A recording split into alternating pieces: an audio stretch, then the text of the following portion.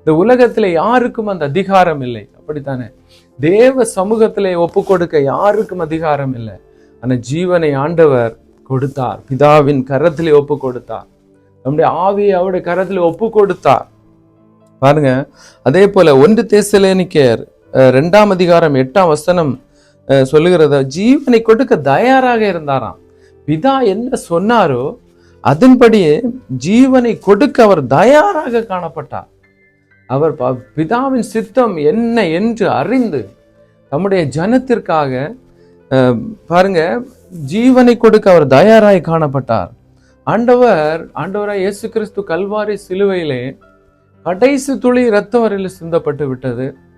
பாருங்க, அந்த இடத்திலே 3 ஆணிகள் மீது தொங்கிக் கொண்டிருக்கிறார். இந்த வார்த்தையை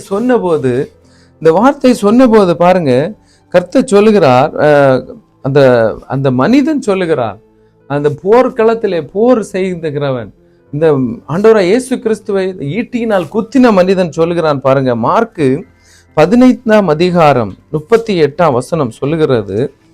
அது அழகாக அந்த மனிதன் சொல்லுகிறார், தேவ குமாரனை அவங்க வெளிப்படுத்தி விட்டான். பாருங்க, இந்த உலகத்தாருக்கு தெரியாத ஒரு காரியம்.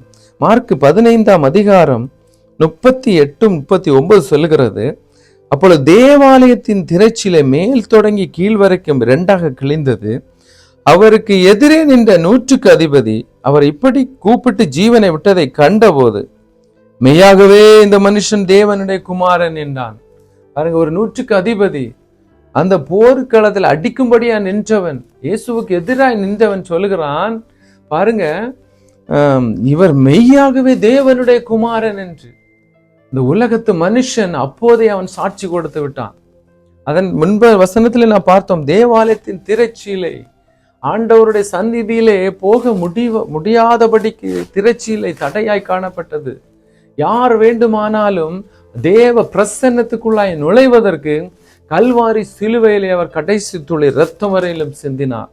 அந்த இரத்தத்தின் வல்லமைதான் இன்றைக்கு தேவ சமூகத்திலே பிதாவின் முகத்தை நோக்கி பார்க்கும்படியான ஒரு புத்திர சுவிகாரம் நமக்கு அந்த ஒரு வல்லமை ஆண்டவர் தந்தார்.